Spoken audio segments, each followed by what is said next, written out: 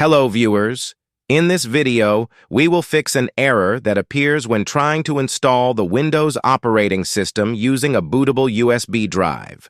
The error message says, "This drive was created by Rufus." So how do we fix this? Let's follow these steps.